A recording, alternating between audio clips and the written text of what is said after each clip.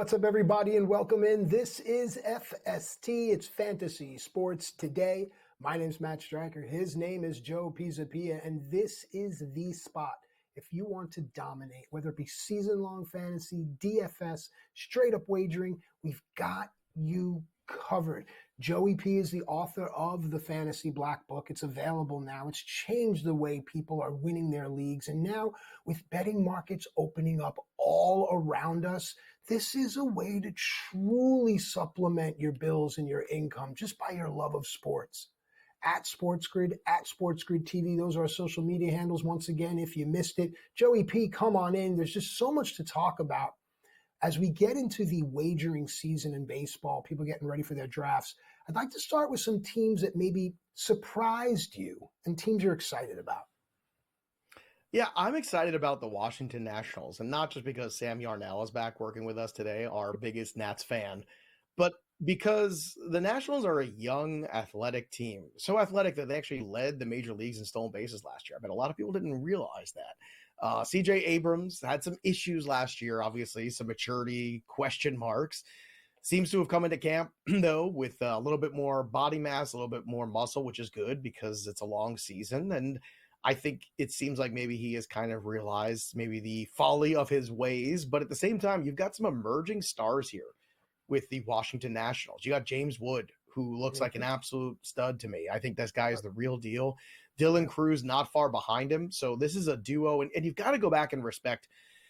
This is the same Washington Nationals organization and scouting that brought you Bryce Harper and Juan Soto. And they know what they're doing when it comes to finding these great young position players. They know how to get it done. You look at some teams that can't get out of their own way in the draft. It's not the Nats. The Nats sometimes lose too much, but they make the most of those early draft picks, and they're doing it again. I look at this rotation, too, that's getting better, I think, as the years go on. I think Mackenzie Gore last year, a big leap forward for him. You got Jake Irvin there. I don't expect much from Soroka. There's actually a pitcher I'm way more excited about, DJ Hertz, who I think is going to be a left-handed stud, strikeout artist guy. I think he's going to make that rotation. He's not projected to be there yet. And I want to emphasize yet because that dude's the real deal. And he's one of my breakouts in the Black Book this year because of it. So don't sleep on the Washington Nationals. I think that win total, Sammy, was it 71.5? I think it was. I think it's an over. And I think that despite the fact this very competitive National League East division is going to be in front of them, I think the Nats are going to be plucky. I'd be looking for the Nats to cover a lot of games, maybe not win as many as you think, but definitely cover and be more competitive. I like the Nats, Matt.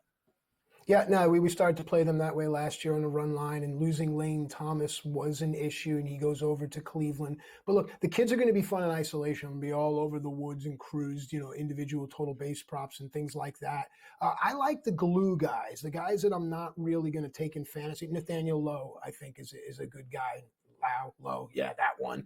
And like Juan Yepez. These are not these sexy names, but that's a good baseball man, and that's the glue that holds this team together. So I really like this Nationals team. And also, you mentioned all the pitching. Let's not forget about Mitchell Parker as well. So I just think this team is going to be really, really good. A young team, a fun team upon which to wager. They will join this next team. Now, a bit more public are the Cincinnati Reds. Ellie De La Cruz is a star. That's the headline. That's what's in the show sheet. That's where we begin.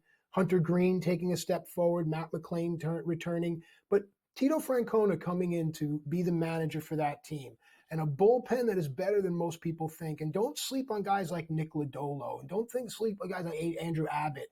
This team can be really, really disruptive in the Central, Joe. Talking about the Reds. Yeah, we've only scratched the surface of how good Ellie De La Cruz is going to be. We see the power, we see the speed, but this is a young man who has not grown into the frame yet. And when he does, look out. We're talking about one of the best players in baseball. He already was electric last season. Hunter Green, though, I want to talk about him. He cut his home run rate in half last year. That's a big deal for Hunter Green because he's been susceptible to giving up a lot of homers, which has really killed some of his outings. Went from 1.53 to 0.72 year over year. The strikeout rate came down a little bit, but it was still very high by strikeout rate standard, over 10 K per nine. The walk rate came down. You saw a better version of Hunter Green, and he's only 25 years old. So we get a little spoiled with some of these guys. And Nick Lodolo, another guy too, a young left-handed starter that is still very young. We still haven't seen the best of. A couple of years ago, a lot of us thought Lodolo might even be better than Green. And there's still time to figure that out. Brady Singer, another nice rotation addition. And the big addition is also the return of Matt McClain. Now, McClain missed last year with an injury, with a shoulder. He did play in the AFL. The power came back a little bit. He needs reps. So this is a guy you want to see go out there in spring, have a good spring training, get his reps in, start to make some good contact, because not that long ago, Matt McClain was in that conversation for Rookie of the Year. And that's the kind of talent they need back in this lineup to help protect Ellie De La Cruz. So keep an eye on the Reds. And as you mentioned, Francona, a guy who knows how to win and knows how to teach a winning culture, especially to a young team. So I'm very excited about that combination, that manager with these young players. All right, let's continue this talk about good, impressive young teams. Let's talk about the, I guess now, Sacramento Athletics. We'll just call them the A's. They're going to play in a PCL park in Sacramento. It's Sutter Health Park. And just for reference, the real only difference between that park and the Coliseum where the A's play is it's 3 feet more out to center field in the new park, 5 feet less down the right field line in the new park. So maybe some pull guys might be able to help that. I like this team a lot. I think Shea Langeliers is a great catching option. Tyler Soderstrom is my breakout pick. There are bench guys. There's Speed and Ruiz, but Jeffrey Springs. Jeffrey Springs is the guy here that makes this team legit. You add in Severino when Luis Medina comes back. They have a good bullpen. I think they're over there. I think it was 70.5 on their win total. Let's talk about the Sac Aths. I don't know if I want to talk about get those. something better than that. A little early to talk about your SACATs, if you want to go see a medical professional, if you need to do that.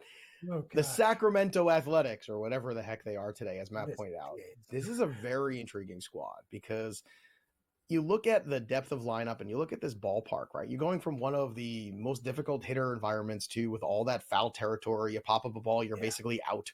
It's a tough ball to hit, a tough ballpark to hit home runs out of. Yet it didn't seem to stunt Brent Rooker. And now you're moving them to a ballpark that is more hitter friendly with all these major league hitters. It's PCL kind of friendly. You're also packing the ballpark. And don't dismiss that too. Playing in front of people as opposed to, 4,000 people, you're playing to a lot of packed houses here, because this is a minor league town that is now getting a major league product. There are going to be asses in the seats. And I think that's going to be a really positive thing. It's going to be a short-lived novelty. But people, I think, are really going to show up here.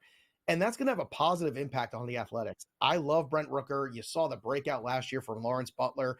Mason Miller throws 101 miles an hour out of the bullpen. You mentioned Soderstrom, Shea Langeliers. You got Geloff. You got J.J. Bleday, who was a player I always liked when the Marlins drafted him, and I didn't think got a fair shot. I got Jacob Wilson, Jack Wilson's son, who's going to be playing shortstop. This is a really good young team that's got some power. Severino at the top of this rotation now.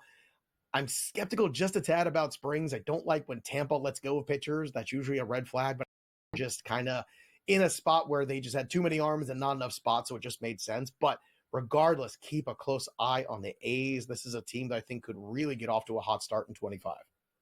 All right, let's talk a bit about the Toronto Blue Jays. Vlad Jr. in a contract year. Santander comes on. Bo Bichette looking for a bounce back. They have the big three in the lineup. I think Andres Gimenez is a great add. We'll see what Will Wagner can do. He's a 26-year-old left-handed bat that came over from Houston. What do you see about the Jays?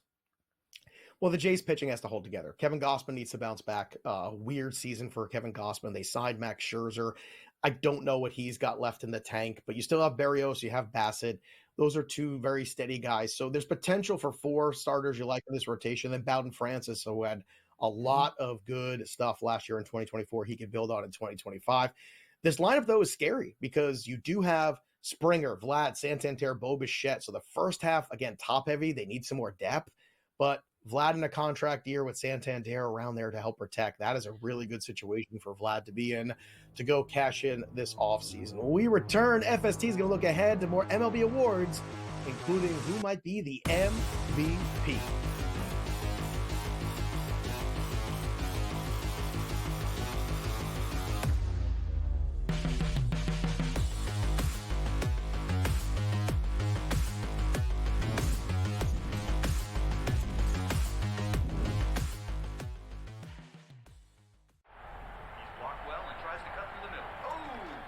Your gut says Miami is going to win, and you should take the over. Your gut also said your NFT selfies would only go up in value. They didn't. But your head is on SportsGrid and knows the QB is in concussion protocol. The backup has a 45 QBR against the zone coverage. The New York D has the most sacks in the league. So yeah, trust your head. It's smarter to be on SportsGrid. You want me to solve all this tush-push and fourth down malarkey that goes on with the officials? Here's a crazy idea. Get rid of the worst rule in the NFL, and that is forward progress. How about this? Where I knock your ass in the ground is where the ball goes, period. Let's end this whole conversation. Like, if I drop you back 4 yards, then you lost 4 yards. If we get rid of forward progress, this tush-push and everything else is taken care of. Where I put your tail on the ground is where the ball goes, end of conversation. It's the dumbest rule and the most arbitrary rule. The only thing that is a worse call in the NFL than forward progress is the punt that goes out of bounds when you watch the official walk down the sideline having absolutely no clue where that ball crossed over. All I can think of is that Price is Right game go do-de-do-de-do, do-de-do-de-do, as he's walking down the sideline, arbitrarily trying to figure out where the ball crossed over because he's got no clue. The Early Line, only on SportsGrid.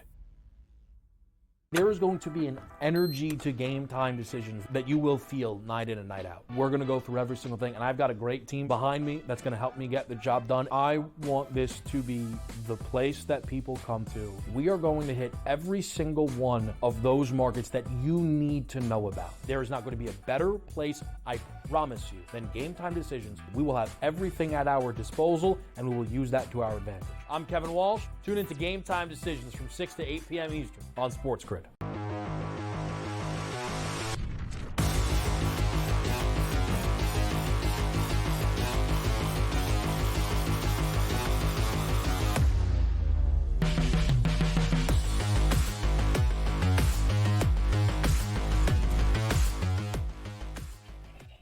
All right, welcome back into FST Fantasy Sports Today. Matt and Joe with you here, giving you every opportunity to win. In the age of information, being ignorant is a choice. Let's not do that, folks. Let's look at some awards here. Let's look ahead to the American League MVP. Juan Soto no longer in the American League, so you'd think it would default to Aaron Judge, and he sits there at 3-1. But Joe, Bobby Witt Jr. seems to be the darling on the tip of everyone's tongue. I've seen him as the 1-1 in some places. Then there's Gunnar Henderson, Jordan Alvarez, Vlad Guerrero, we talked about before the break, in a contract year, and then Jose Ramirez, maybe some other names too. But American League MVP, this is about what we're looking at here, Joe. It is, and Aaron Judge deserves to be at the top. I mean, I would be putting him at the top, and I think 3-1 is a really good investment. You probably make some decent return on that. Bobby Witt Jr. plus 350, certainly like a guy who's right at the top of those fantasy draft boards too. I'm going to fade Gunnar Henderson a little bit, and this goes along with fading the Orioles just a tad this year. Alvarez certainly might stand out a little bit more to folks. Now, remember, no Kyle Tucker, no Alex Bregman, so if the Astros are really good, I think it puts even more attention potentially on just how great Alvarez is. And you mentioned playing for that contract year. There's absolutely a narrative to be written that a plus 1,600 Vlad Guerrero Jr. is an incredible investment because he could have that huge year that we've all been waiting for where he puts the two halves together and he's just unbelievable from pillar to post. But he hasn't done it yet. So we have to wait for that. Great second half last year, an incredible opportunity there for him this year to make headway in this. But to me, I'm going to invest in two spots. Number one, the favorite for me that I like the most is Bobby Witt Jr. I think Bobby Witt Jr. is right on that precipice of becoming an absolute rock star in all of the casual circles. No, the casual baseball fan still knows Bobby Witt, but I don't think they realize just how great this guy is. And the Royals were a fun team last year. The Royals are a playoff caliber team, I think, again this year. And the long shot is a guy that annually does not get enough credit. And I don't know what this guy has to do to get some love. And last year I was pushing the love for Jose Ramirez. He's a top 5 pick overall for me. I don't know why he is, not considered maybe in the 2 or 3 spot. I think he should be. Last year, Jose Ramirez had 39 homers. He scored 114 runs, drove in 118, and stole 41 bases. So he was almost a 40-40 player, and it feels like nobody cares. Why? Because he doesn't play in New York City. I am sick to death of this, Matthew. I am sick and tired of having to stand up here and shout from the rooftops of just how great Jose Ramirez is. If I told you a guy was 40-40 with 100-100 You'd say, well, that guy should have been MVP. Well, okay, but he doesn't play in New York, so he doesn't get all the love. Meanwhile, where's his Juan Soto? Where's his Aaron Judge? He's doing it by himself out there, for God's sakes. Not enough love for Jose Ramirez. Give me Jose Ramirez. And look at that number you're getting on my guy, Jose, plus 1,800. Matt, who do you like for MVP while I take a deep breath here? Got a little ahead of myself. Got a little excited. I'll pick up what you put down, and I just want you to know you're not on the rooftop, Joe. You're on the front porch steps. So why don't you just come inside and sit down? I'll give you some soup. But here's the thing. I'm with you on Jose Ramirez. My Ovaltine, I've gone crazy. I need to rest. I need to sit down for a minute. Where's Matt? Put Matlock on. Make me calmer. Today's generation. Why is there playing Matlock now? I don't understand life anymore. Can't do it. Listen, Jose Ramirez is really good. All right, Jose Ramirez and who are you? The guys that just don't exist anymore. And I think you mentioned the fact that he was doing it alone. Dude, he's got Stephen Kwan there now. He has a full season of Lane Thomas. There's a ton of kids coming on the way. Carlos Santana is the other old guy in that locker room. The pitching's always been good. The bullpen is great. They only need to play 7-inning baseball with that bullpen. So that's why Jose Ramirez could finally get some love. Long shots, Julio Rodriguez. I mean, he's a notorious slow starter, so it makes the stuff he does after it a bit more impressive. And if Seattle can take that next step, I think Rodriguez will be there. And at plus 2,200, why not take that chance? And the last long shot, it's another old guy, but you could just tell baseball's about that. And it's Rafi Devers. I mean, he's at plus 3,000. This is a team that is poised. And if they are there come the end of the year, Devers is going to have to be a big part of that. So that's why I like these three guys. But Ramirez is my favorite. Devers is my long shot. Let's go to the National League MVP, where the conversation should just be Shohei Ohtani. But now here comes Juan Soto at 5-1. Here comes Mookie Betts. Here comes Kyle Tucker, Ellie De La Cruz. So, Joe, let's talk National League MVP. It just feels like Ohtani again, right? I mean, especially he's going to come back and pitch. Well, he's 50-50 and he pitches. I mean, what are we supposed to do with that? You know, I want to put the glasses on and be old man Joe again for a second, you know, and just talk about when I was a young kid. When I saw Babe Ruth playing, he didn't steal 50 bases, but this Ohtani kid, he can steal all them bases and hit the home runs and pitch too. That's an impressive. Why is Matlock a lady? When I used to watch Matlock, it wasn't a lady. It was a man, and now it's a lady, and times are changing. It's Matlock, a lady. It's Shohei Ohtani or bust here. I mean, just put all the units on Ohtani. Here's the thing. You're trying to look for a narrative. Could anybody else pop here?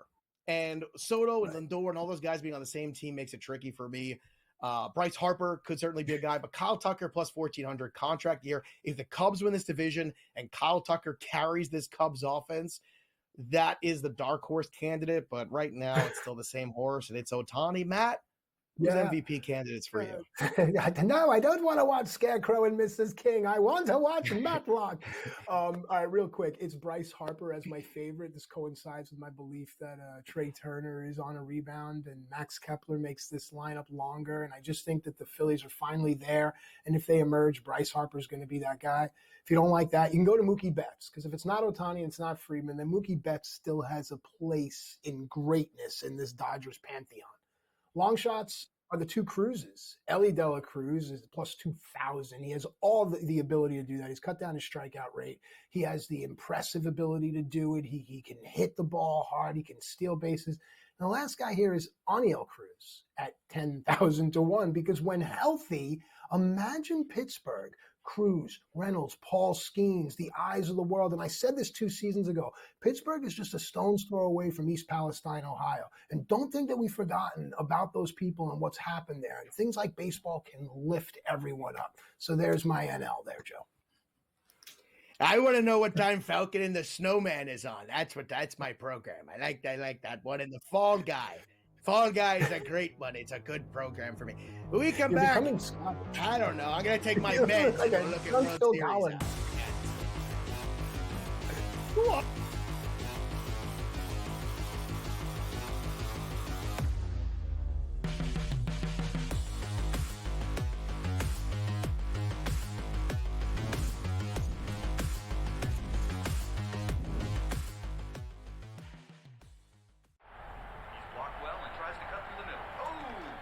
Your gut says Miami is going to win, and you should take the over. Your gut also said your NFT selfies would only go up in value. They didn't. But your head is on SportsGrid and knows the QB is in concussion protocol. The backup has a 45 QBR against the zone coverage. The New York D has the most sacks in the league. So yeah, trust your head. It's smarter to be on SportsGrid. You want me to solve all this tush-push and fourth down malarkey that goes on with the officials? Here's a crazy idea. Get rid of the worst rule in the NFL, and that is forward progress. How about this? Where I knock your ass in the ground is where the ball goes, period. Let's end this whole conversation. Like, if I drop you back 4 yards, then you lost 4 yards. If we get rid of forward progress, this tush-push and everything else is taken care of. Where I put your tail on the ground is where the ball goes, end of conversation. It's the dumbest rule and the most arbitrary rule. The only thing that is a worse call in the NFL than forward progress is the punt that goes out of bounds when you watch the official walk down the sideline having absolutely no clue where that ball crossed over. All I can think of is that Price is Right game go do-de-do-de-do, do-de-do-de-do, as he's walking down the sideline, arbitrarily trying to figure out where the ball crossed over because he's got no clue. The Early Line, only on SportsGrid. There is going to be an energy to game time decisions that you will feel night in and night out. We're going to go through every single thing, and I've got a great team behind me that's going to help me get the job done. I want this to be the place that people come to. We are going to hit every single one of those markets that you need to know about. There is not going to be a better place, I promise you, than Game Time Decisions. We will have everything at our disposal, and we will use that to our advantage. I'm Kevin Walsh. Tune into Game Time Decisions from 6 to 8 p.m. Eastern on SportsGrid.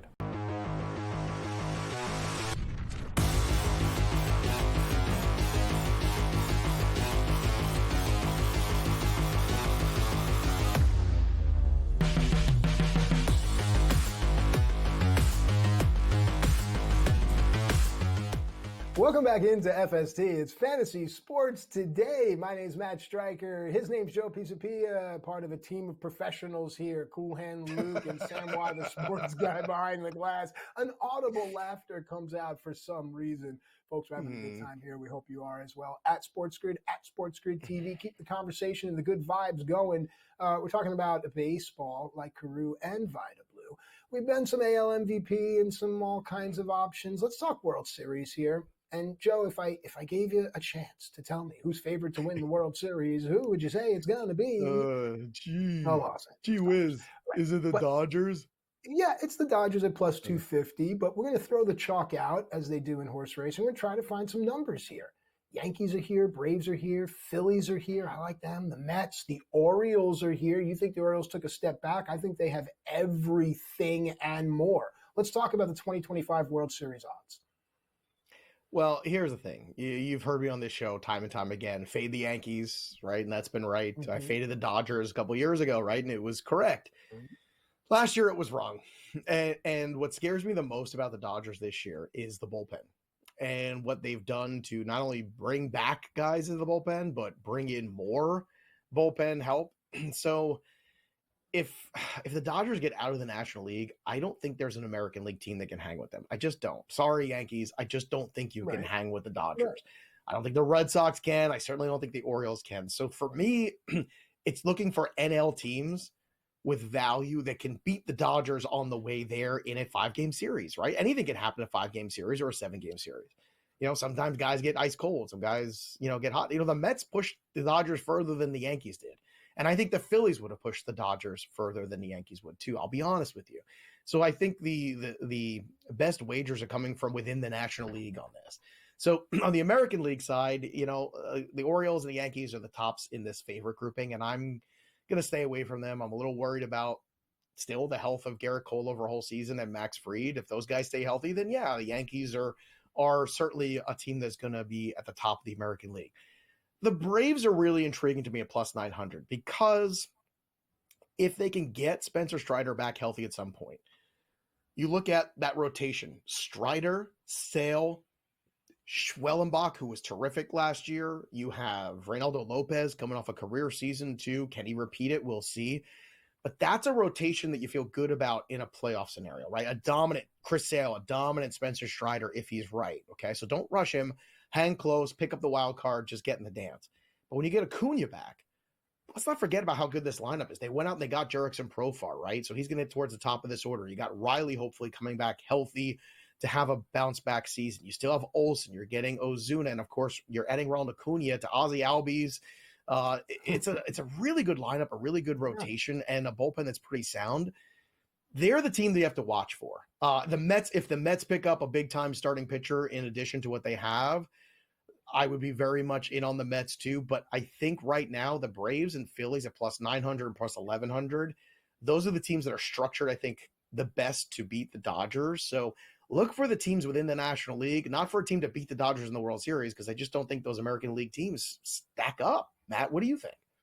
Yeah, I think you're 1,000% right. And the teams that you've outlined, look, after Acuna went down, everything kind of just fell off for the Braves, and then a few more key injuries. And they were just like, all right, let's pack it up and worry about next season. But here they come back again. I think they're the juggernaut when healthy, and they have to be. Phillies are important. You ask a great question is who can upend the Dodgers on their way? So you ask yourself, do the Cubs have it? Can they do it? Do the Padres have it? Can they do it? And these are questions you answer for yourself as a wager. But on the American League side of things, I think it's a team like Cleveland, a team that has that good 6-inning, 7-inning baseball, that star and that just good baseball acumen. And I'm not counting out the Orioles for a reason that you were highlighting is their bullpen. I made the joke in hour one that they have pretty much every guy that all of us have streamed for saves over the last 3 years. They have Kittredge, Dominguez, Soto, Batista coming back. So I think you want to find that American League representation as a good baseball team. But Joe's right. It's going to have to be someone to upend the Dodgers on the way in, Joe. Yeah, and in terms of long shots, I mean, I don't love any of them. If they can get some offense, maybe the Mariners are plus 2,600, because that is a rotation nobody wants to face in a short series. Absolutely not. So can they get that offense together? Can they hit enough? That's the big question there.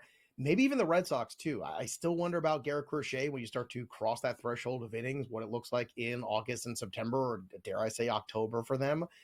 The Rangers, if they stay healthy, there's a little bit of love there. But again, you got to put a lot of the eggs in that DeGrom basket. So I think it's a top-heavy situation in Major League Baseball, which is unfortunate. We like more parity. I wouldn't sleep on the Cubs either, but it feels like the favorites are the favorites for a reason. We return a look at the pitcher. Who could win the Cy Young?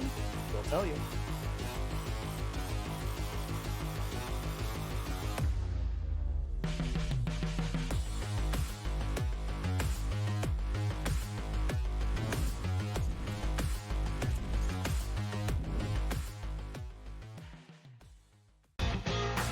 Slow play drum beat grows louder and louder every week, to the point now that they're making overt references to it on the broadcast. So there's plenty of other guys that have to get faster.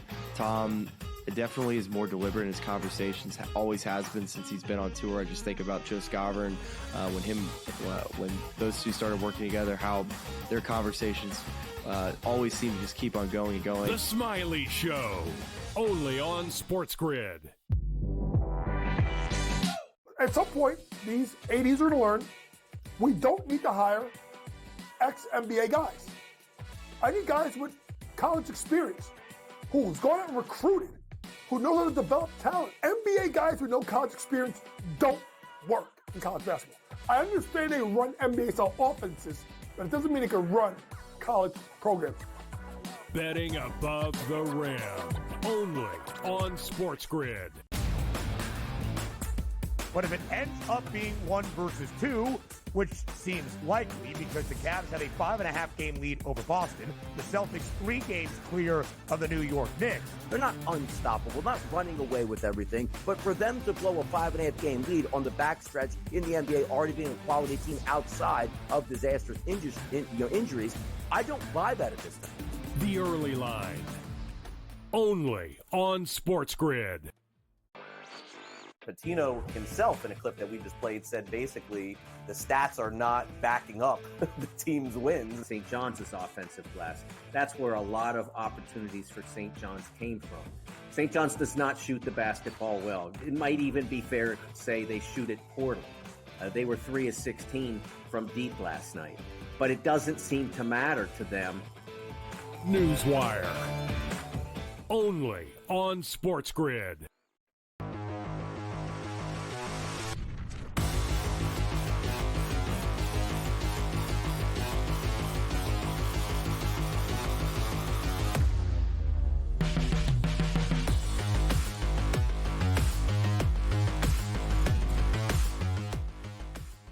All right, welcome back into FST Fantasy Sports Today. Matt Striker and Joe Pisapia continuing with our comprehensive baseball preview. We're going to be giving you everything you need right up until opening day. We're talking about potential American League Futures Awards, starting now here with the American League Cy Young. Pardon me. Now, Tarik Skubal sits at the top at plus 350.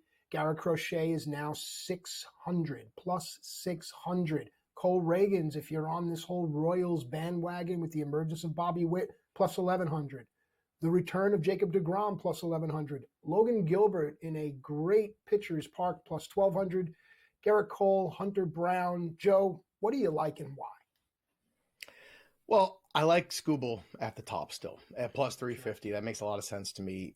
This is another guy too that might be on his way out somewhere soon. You know, maybe the Detroit Tigers compete again. I like what they've done this offseason, trying to be competitive. It was tough to get free agents there. I think bringing in Torres is an interesting, maybe change of scenery for him. Not the best ballpark factor for him theoretically, but maybe it's more of a mental thing for Torres just to get out of New York. But Skubal is really hard to argue against. He's become this, left-handed dominant starting pitcher here where I think you could see a lot of those big-time teams in the race for him in the next year or so. So we'll keep a close eye on that one. I mean, Skubal's just lights out. Now, Crochet is fascinating that he's rocketed up to the number 2 spot here.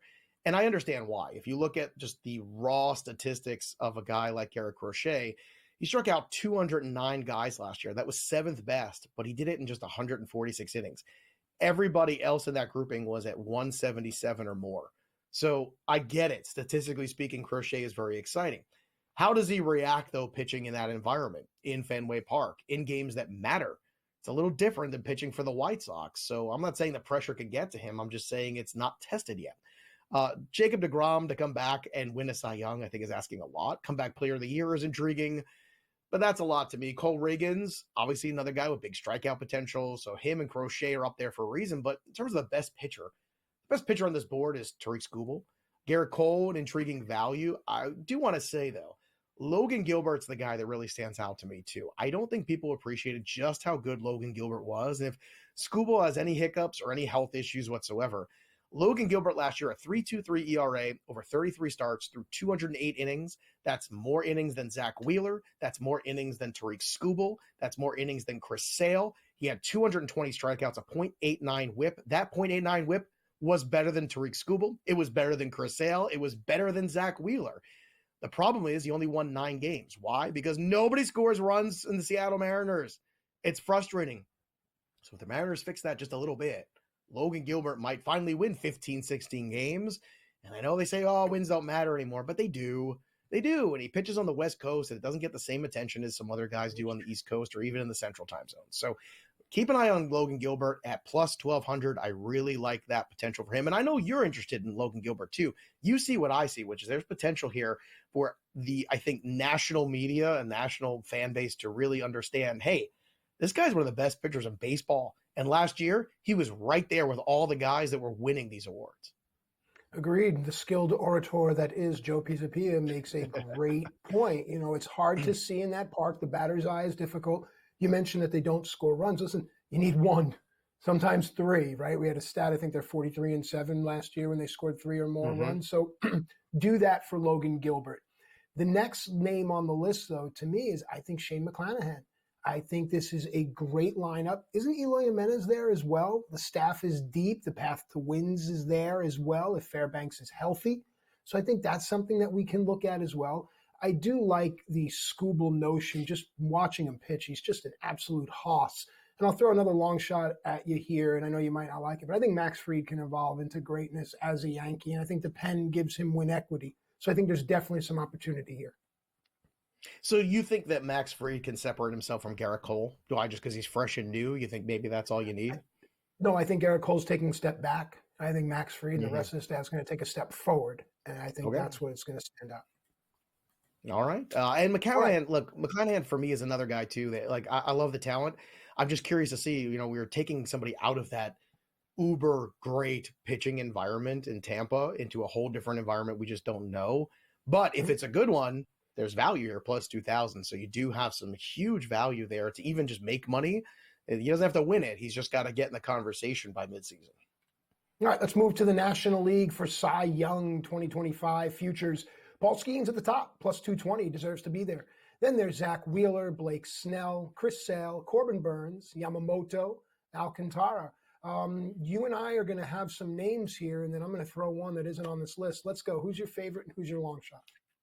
Yeah, I'm going to fade Skeens. I love Paul Skeens. It's a great story. He's super exciting. Everybody's watching.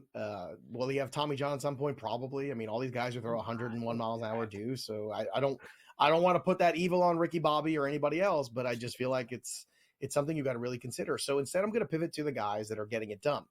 And two guys that I love at the favorites you're getting massive, massive value on is Zach Wheeler and Blake Snell, plus 700 and plus 800. That is a huge return on investment. You sprinkle a unit on both of these guys here, and to me, it's a better investment than just going straight into Paul Skeens. I like this so much better because these guys are going to be on teams that are going to win more than 85 games, probably more than 90 games. Wheeler's been at the top of this list for a while, trying to crack it, and Snell's already won this award a few times. So we're talking about Blake Snell now on the Dodgers with all that support, all that bullpen. How does he not come close to 20 wins? I don't know. So I think those two guys are really at the top for a reason, and to me, that's my major focus.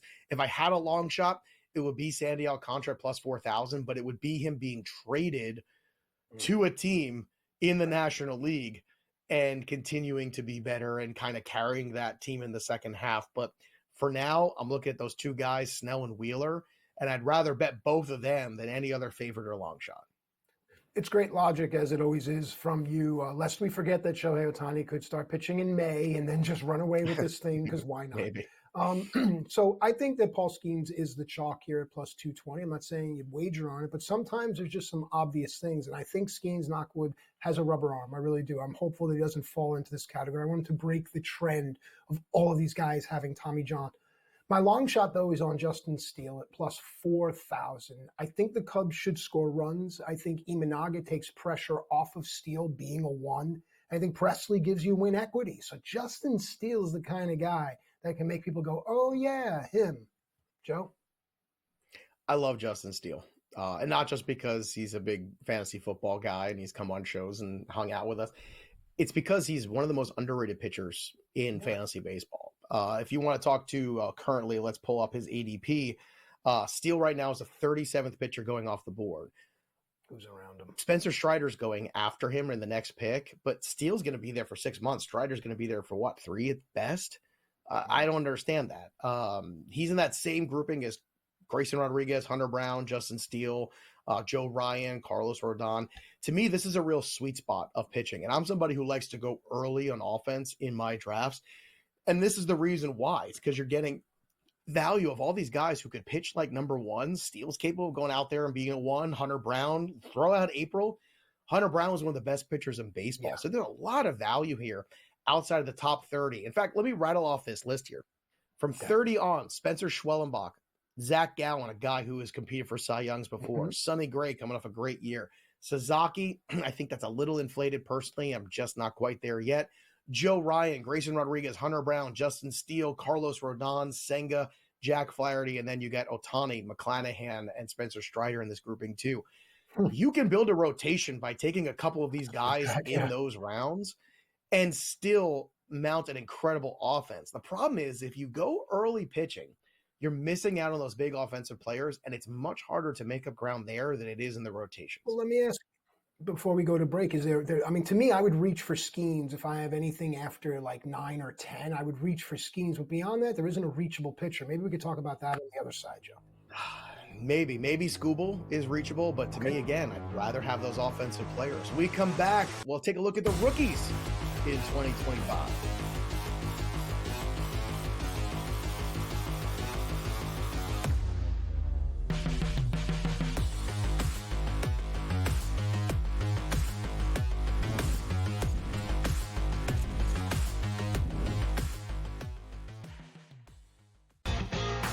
Slow play drum beat grows louder and louder every week to the point now that they're making overt references to it on the broadcast. So there's plenty of other guys that have to get faster. Tom definitely is more deliberate in his conversations, always has been since he's been on tour. I just think about Joe Skovron, when those two started working together, how their conversations always seem to just keep on going and going. The Smiley Show, only on SportsGrid. At some point, these 80s are to learn we don't need to hire ex-NBA guys. I need guys with college experience who's gone out and recruited, who know how to develop talent. NBA guys with no college experience don't work in college basketball. I understand they run NBA-style offenses, but it doesn't mean they can run college programs. Betting above the rim, only on SportsGrid. But if it ends up being 1 versus 2, which seems likely because the Cavs had a 5.5 game lead over Boston, the Celtics 3 games clear of the New York Knicks. They're not unstoppable, not running away with everything, but for them to blow a 5.5 game lead on the backstretch in the NBA, already being a quality team outside of disastrous injuries, I don't buy that at this time. The early line, only on SportsGrid. Patino himself, in a clip that we just played, said basically the stats are not backing up the team's wins. St. John's offensive glass. That's where a lot of opportunities for St. John's came from. St. John's does not shoot the basketball well. It might even be fair to say they shoot it poorly. They were 3 of 16 from deep last night, but it doesn't seem to matter to them. Newswire, only on SportsGrid.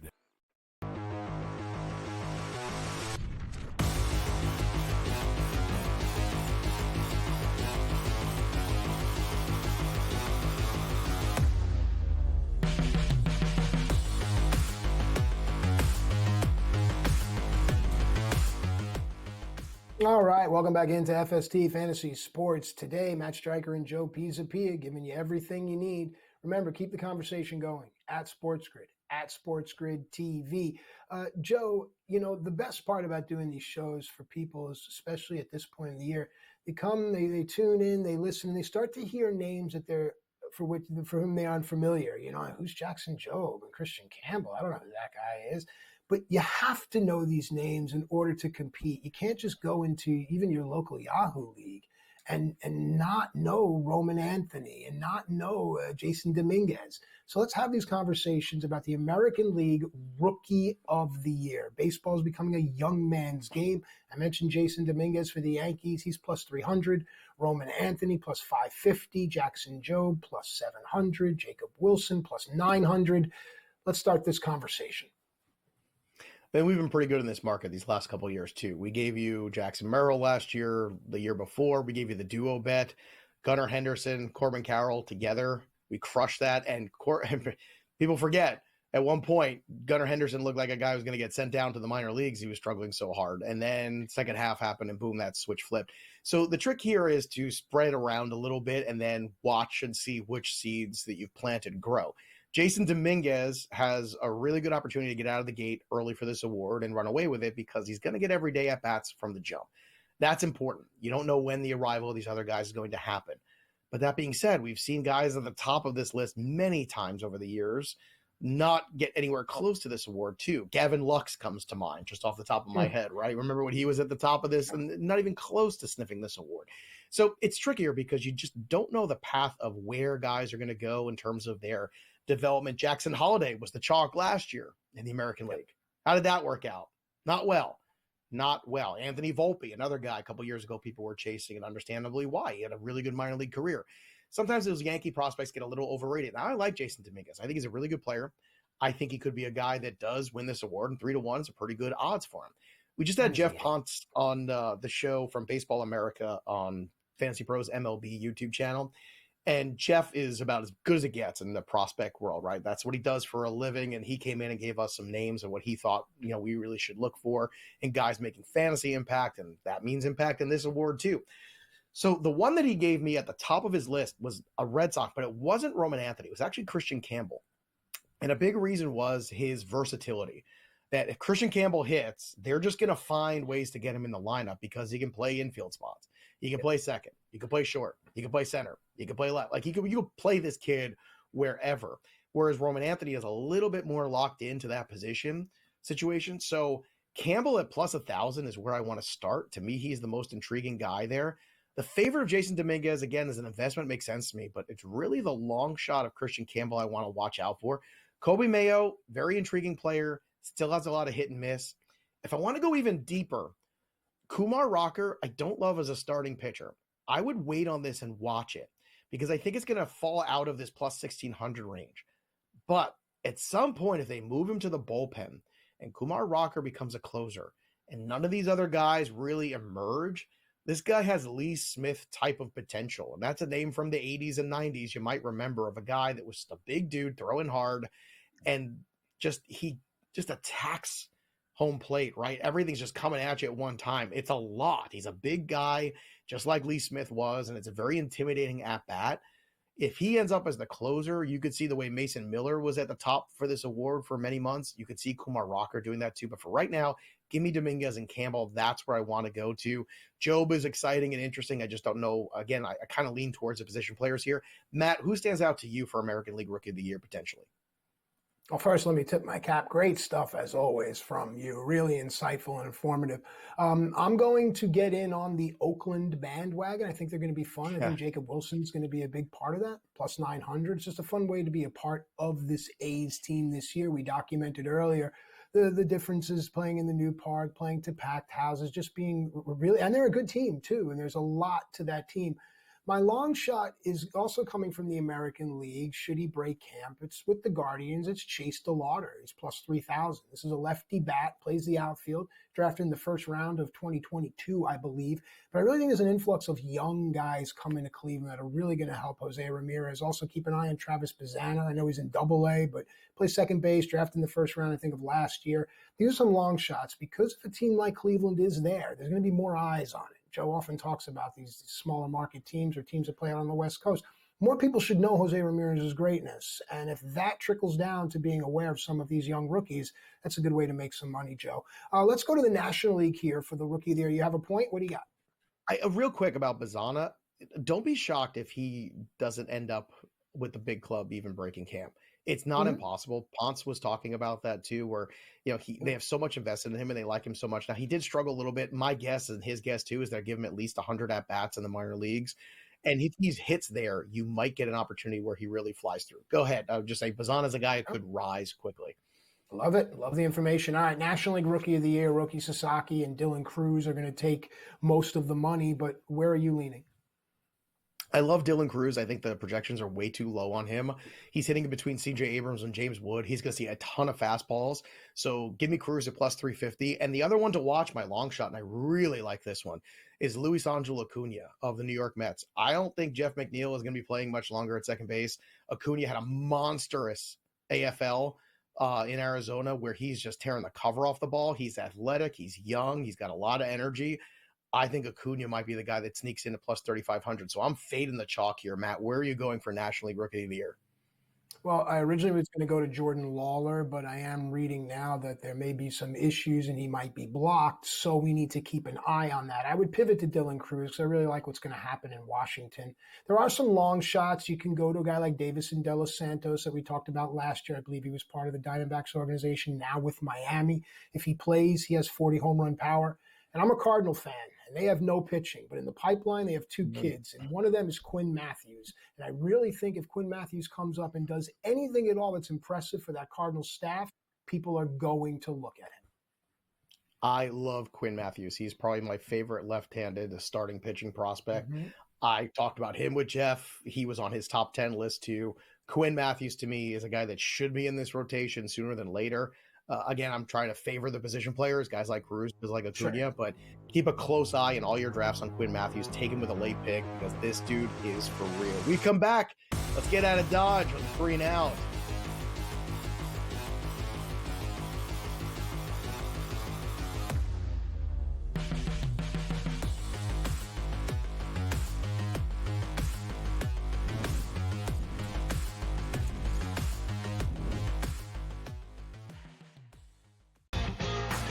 slow play drum beat grows louder and louder every week, to the point now that they're making overt references to it on the broadcast. So there's plenty of other guys that have to get faster. Tom definitely is more deliberate in his conversations, always has been since he's been on tour. I just think about Joe Skovron, when those two started working together, how their conversations always seem to just keep on going and going. The Smiley Show, only on SportsGrid.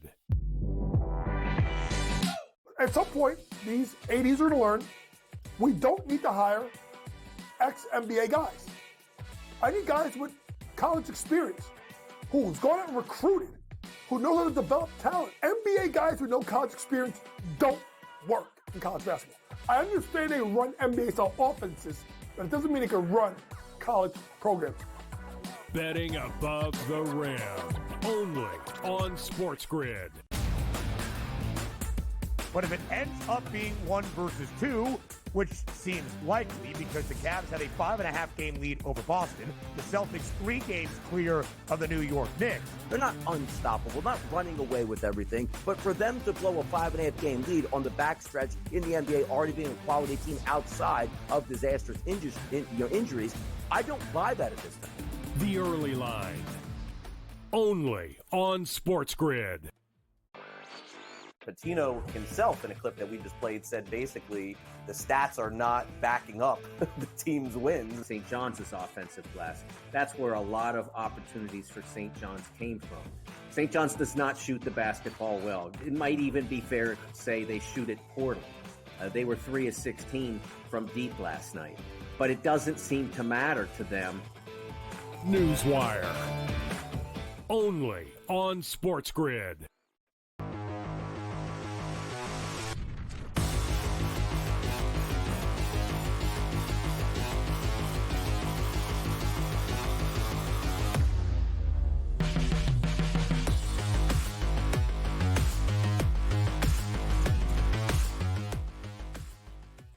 All right, welcome back into FST Fantasy Sports today. Matt and Joe with you here. We had an amazing time. And if you like this, stick around because there's more of the sort coming, just wall to wall on this amazing network filled with great people that absolutely love sports.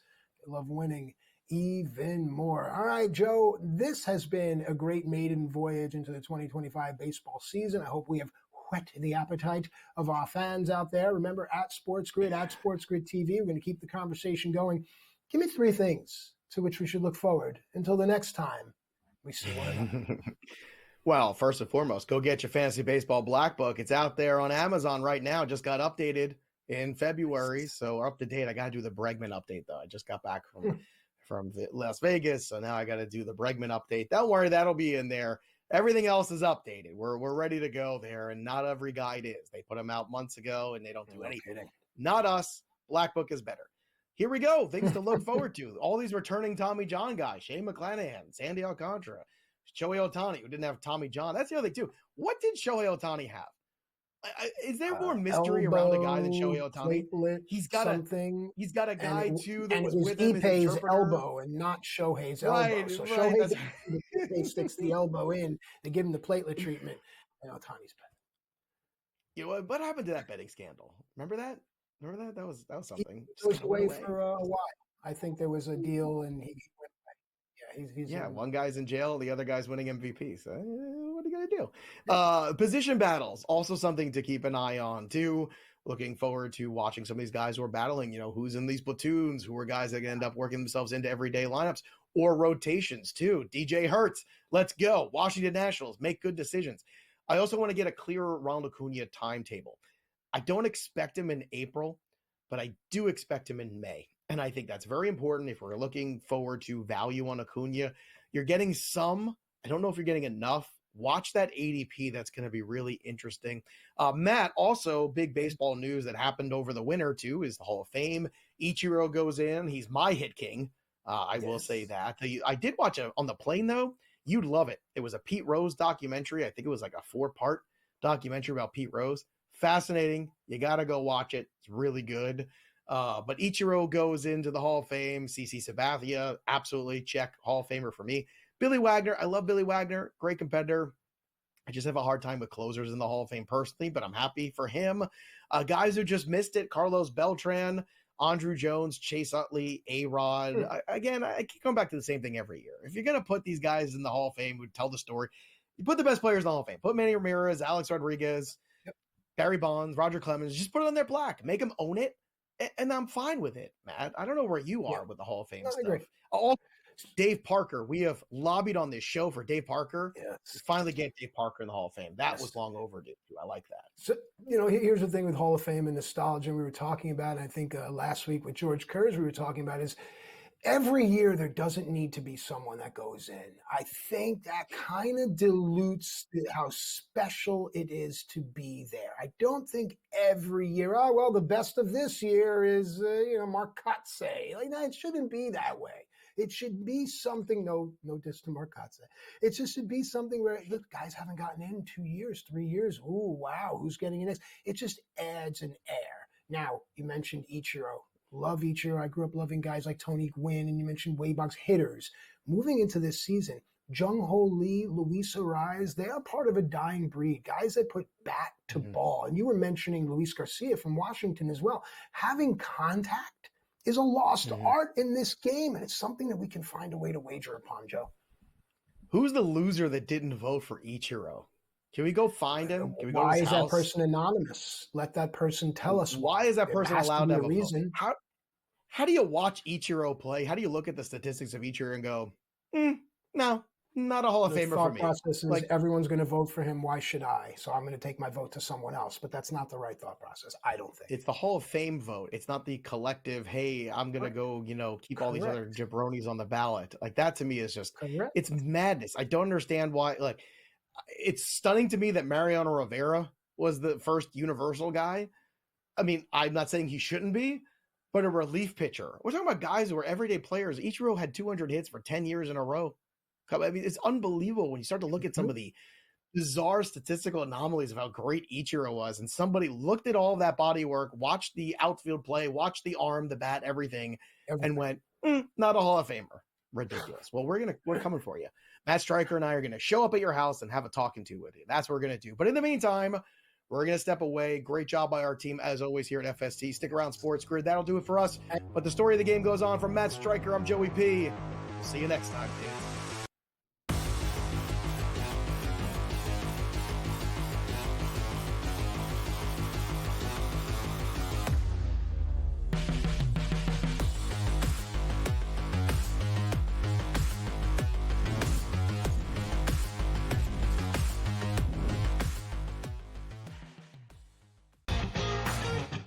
Drum beat grows louder and louder every week, to the point now that they're making overt references to it on the broadcast. So there's plenty of other guys that have to get faster. Tom definitely is more deliberate in his conversations, always has been since he's been on tour. I just think about Joe Scavern, when those two started working together, how their conversations always seem to just keep on going and going. The Smiley Show, only on SportsGrid.